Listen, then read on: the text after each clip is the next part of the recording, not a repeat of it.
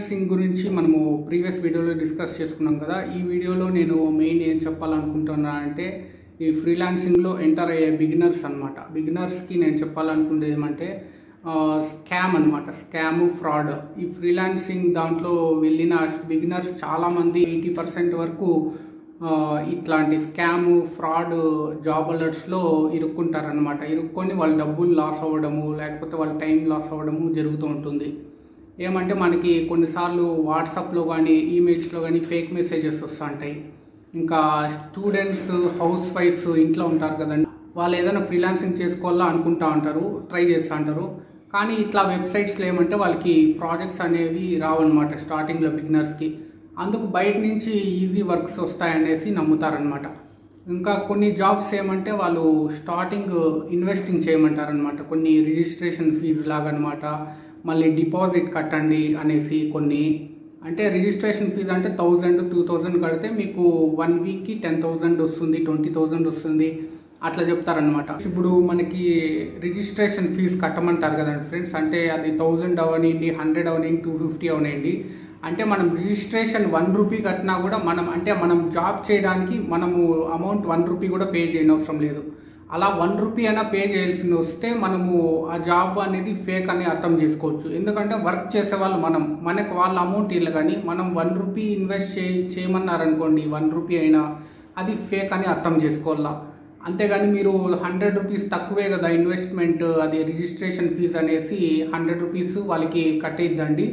1 rupee, 10 rupees ఎంత కట్టద్దండి. ఒక original ఏదైనా ప్రాజెక్ట్ వచ్చింది అనుకోండి మీకు, అది ఆల్మోస్ట్ ఫ్రీగానే ఉంటుంది. 1 రూపీ కూడా ఇట్లా ఫేక్ వాటికి కట్టద్దండి. ఎందుకంటే రీసెంట్గా మా ఫ్రెండ్ కూడా అలా 3000 కడితే మీకు 1 మంత్కి 20,000, అది అంటే వర్క్ కంప్లీట్ అయితే 20,000 ఇస్తాము అని చెప్పినారనమాట. మా ఫ్రెండ్ వచ్చి ఒక 3000 కట్టాడు రిజిస్ట్రేషన్ ఫీజు. కాకపోతే 3 days తర్వాత ఇంకా ఫర్దర్ అప్డేట్స్ వాళ్ళకి ఇవ్వాలా అన్నప్పుడు వాళ్ళు రెస్పాండ్ కాలేదనమాట.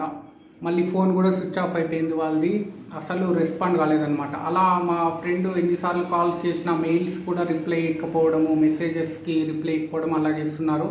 అంటే మా ఫ్రెండ్ ఇక్కడ మోసపోయినాడు అనమాట. ఇలా మా ఫ్రెండ్ అనే కాదు, చాలామంది ఇలా ఫేక్ మెసేజెస్కి, ఈమెయిల్స్కి రెస్పాండ్ అయ్యి, అంటే మెయిన్గా హౌస్ వైఫ్స్ ఉంటారు కదండి, అంటే ఎక్స్ట్రా ఇన్కమ్, ఇంట్లో నుంచి ఎక్స్ట్రా ఇన్కమ్ ఎర్న్ చేసుకోవాలనుకుంటారు కదండి, అంటే స్టూడెంట్స్, హౌస్ వైఫ్స్, రిటైర్డ్ పర్సన్స్ అలాంటి వాళ్ళకి ఏమంటే ఇట్లా ఫేక్ ప్రాజెక్ట్స్, ఫేక్ జాబ్ అలర్ట్స్లో మోసపోతూ ఉంటారనమాట.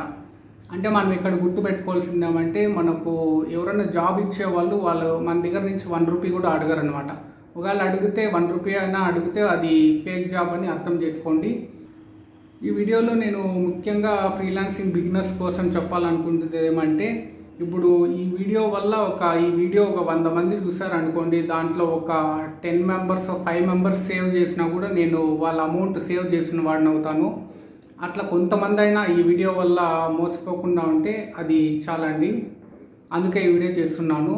ఈ కాలంలో ఏమంటే ఎక్కువ డిజిటల్ అయిపోయింది అంతా, ఇంటర్నెట్, మెసేజ్లు కానీ మొత్తం యూట్యూబ్లో యాడ్స్ యాడ్స్ ద్వారా మనకి ఇట్లా జాబ్స్ అనేది చూపిస్తూ అంటారనమాట. ఇప్పుడు చాలామంది యాడ్స్ చూసే రిజిస్ట్రేషన్ ఫీజు తక్కువే కదా, మనకి ఇంత శాలరీ వస్తుంది కదా అని ఇన్వెస్ట్ చేస్తున్నారు.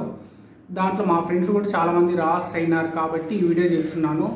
దీనివల్ల కొద్దిగా కొంతమంది అయినా మారితే కొద్దిగా మాకు సంతోషంగా ఉంటుంది ఫ్రెండ్స్. ఈ స్కాము, ఫ్రాడ్ పైన ఇంకా ఫర్దర్గా నెక్స్ట్ ఇంకా స్కామ్ టైప్స్ ఎలా ఉంటాయి, ఇంకా రకరకాల స్కామ్స్ ఎలా ఉంటాయో నెక్స్ట్ వీడియోలో చూద్దాము. ఈ వీడియో నచ్చినట్లయితే లైక్ చేయండి, మా ఛానల్ని సబ్స్క్రైబ్ చేసుకోండి.